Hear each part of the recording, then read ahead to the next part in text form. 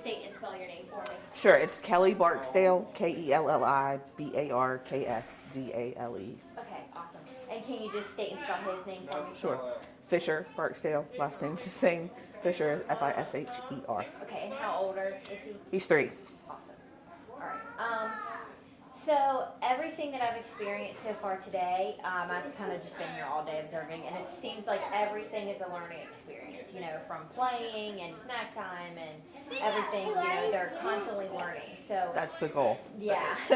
How is it to, you know, have your child in an environment all day, even at 3, where, you know he's learning constantly? Right. Well, he's been here since he was about 6 months old, and that's by design. We wanted him somewhere like this.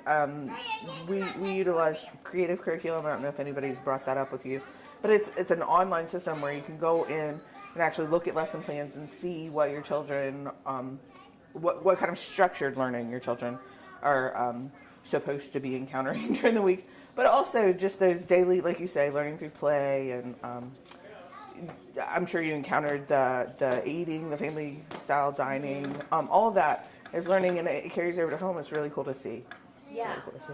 How is it when that does carry over to home, and you notice something new that he's learned or something? How does it feel? It's awesome. Yeah. It's awesome, but then it's like, oh, I didn't teach him that. He got that somewhere else. So it's a double-edged sword, but it's ultimately pretty awesome. Cool.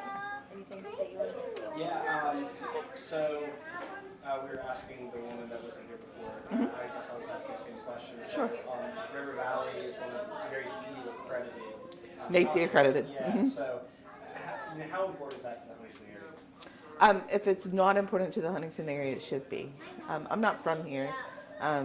Originally, I've only been here for about 8 or 9 years, and I didn't have children when I moved here. So, but I knew what it was because I've worked gently, okay. But I've worked in the field, so I had a general idea of what it was. Like I said, if it's not important to people in Huntington and everywhere, it should be, because it does make a difference in the way things are done. So, be being gentle.